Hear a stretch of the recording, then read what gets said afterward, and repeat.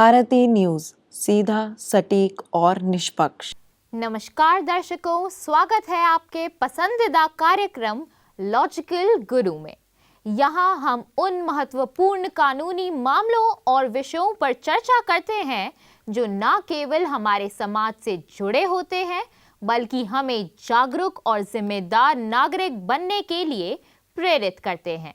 आज हम जानेंगे आखिर गैम्बलिंग यानी जुआ को लेकर भारत में कानून क्या बोलते हैं, क्या अलाउड है और क्या नॉट अलाउड है। फैंटेसी और ऑनलाइन गेमिंग की साल 2000 के बाद से ही इंडिया में ऑनलाइन गेमिंग का कल्चर काफी तेजी से बढ़ रहा था। जैसा कि हम सबको पता है, गेम ऑफ स्किल और गेम ऑफ चांस की जद्दोजहद तो चल ही रही थी और ऑनलाइन गेमिंग के लिए तो कोई लाए थी ही नहीं। और इन सब की शुरुआत होती है 2001 में, जब ESPN और स्टार स्पोर्ट्स साथ में मिलकर एक फैंटेसी ऐप लॉन्च करते हैं।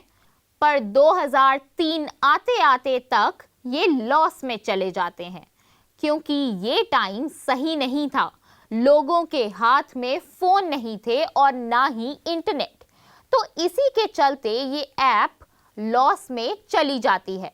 फिर इसके 4 साल बाद यानी 2007 में रियलिटी 12 करके नई फैंटेसी ऐप लॉन्च होती है और इसके लॉन्च की टाइमिंग बड़ी सही थी क्योंकि इसके अगले ही साल यानी 2008 में IPL शुरू हो जाता है और इंटरनेट पर भी लोग बड़ी तेजी से आते हैं क्योंकि लोगों के हाथ में मोबाइल आ चुका था और यहीं से फैंटेसी ऐप्स की किस्मत पलट गई और साथ ही इससे काफी नई फैंटेसी ऐप्स भी मार्केट में आ गई थी।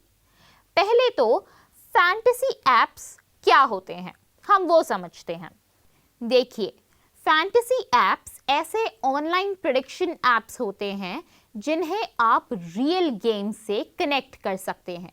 जैसे मान लीजिए एक क्रिकेट मैच चल रहा है तो उसी लाइव मैच के साथ आप भी इसमें खेल सकते हैं। जो स्पोर्ट्स पर्सन होते हैं यानी जो रियल लाइफ में खेल रहे हैं, वो इन फैंटेसी ऐप्स के थ्रू लिंक कर दिए जाते हैं।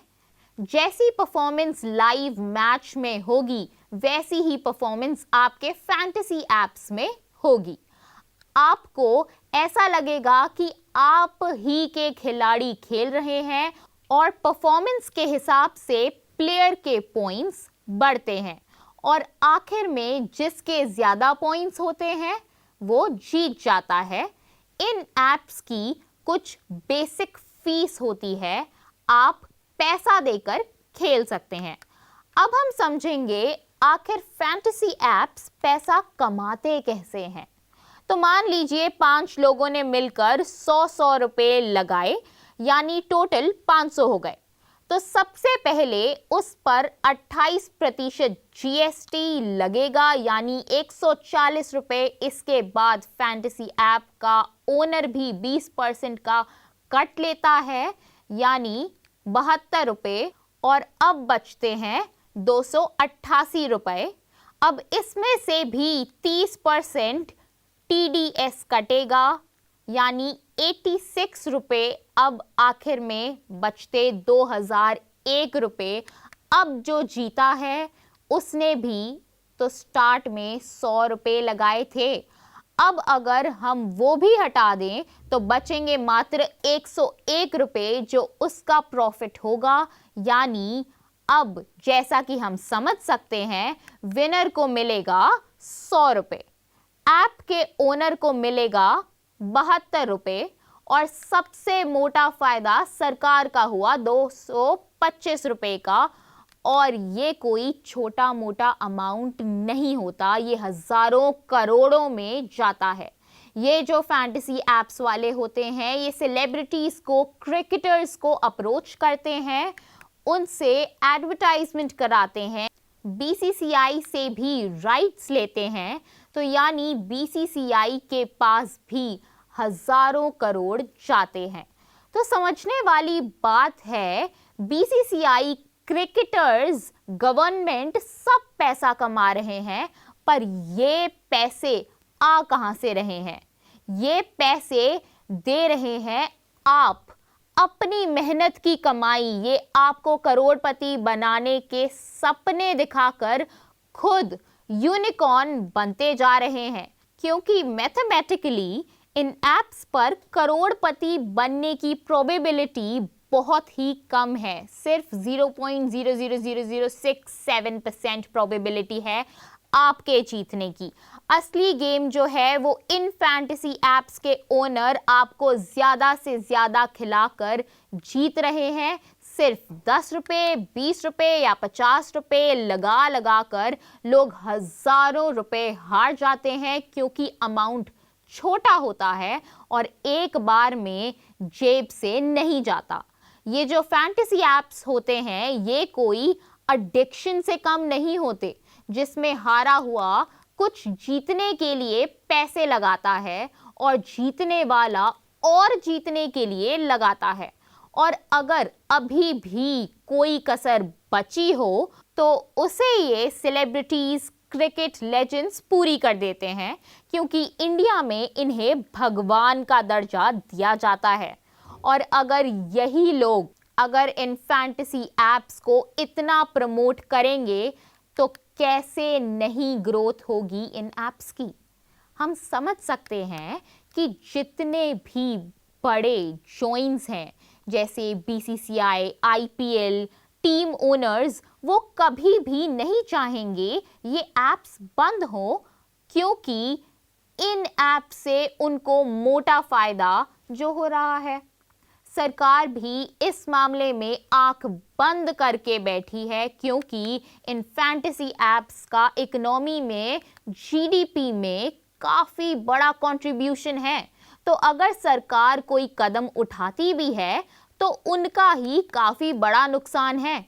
अगर इन फैंटेसी एप्स को हल्का सा भी हिलाया गया तो बीसीसीआई, सरकार, आईपीएल, सेलिब्रिटीज, इन सब के रेवेन्यू को डीप इम्पैक्ट पहुंचेगा। और यही रीजन है कि इंडिया में फैंटेसी एप्स कभी बंद नहीं होंगे। आपकी जानकारी के लिए बता दूं, जिन भी लोगों को जुआ यानी गैम्बलिंग की लत लगती है, उनके दिमाग की फंक्शनिंग चेंज हो जाती है। उनको पागल बनाना भी काफी आसान होता है नॉर्मल इंसान के कंपैरिजन में। फर्क नहीं पड़ता कि ये गेम ऑफ स्किल है या चांस। जो लोगों को बीमारी हो रही है वो रियल है, उनकी जान जा रही है।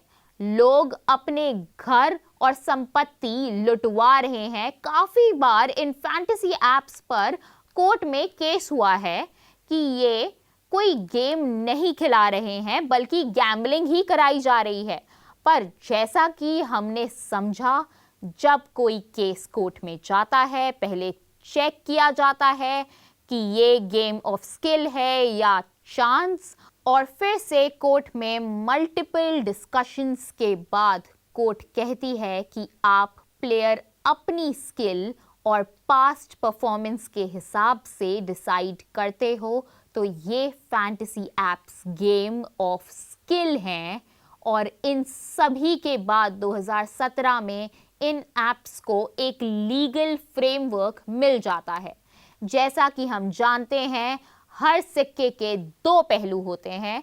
तो जैसा कि हम समझ सकते हैं, जो रिटायर्ड क्रिकेटर्स होते हैं या रणजी प्लेयर होते हैं, उनको तो इतनी नॉलेज होती है पिच से लेकर प्लेयर तक, वो लोग क्यों नहीं जीत पाते। इन एप्स पर हर बार एक आम इंसान जो ना बराबर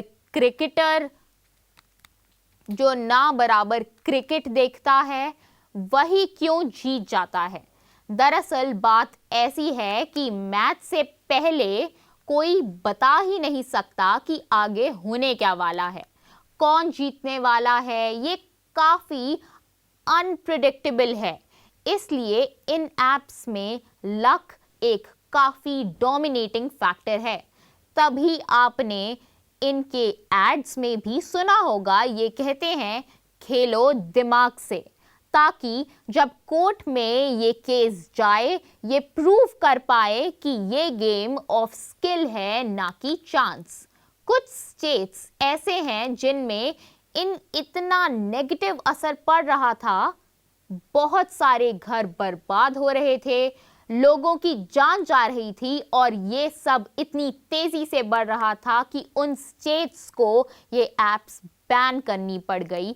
उनमें ओडिशा, आंध्र प्रदेश, तेलंगाना, सिक्किम, नागालैंड आते हैं। उन्हें बिना सोचे अक्टूबर 2022 में इन फैंटेसी एप्स पर प्रतिबंध लगा दिया गया। ये जो फैंटेसी एप्स होती हैं ये सेल्फ रेगुलेटेड होती हैं, मतलब सरकार कोई रेगुलेशन नहीं करती है। ये फैंटेसी एप्स वाले खुद से ही देखते हैं कि ये सही से रेगुलेट कर रहे हैं कि नहीं।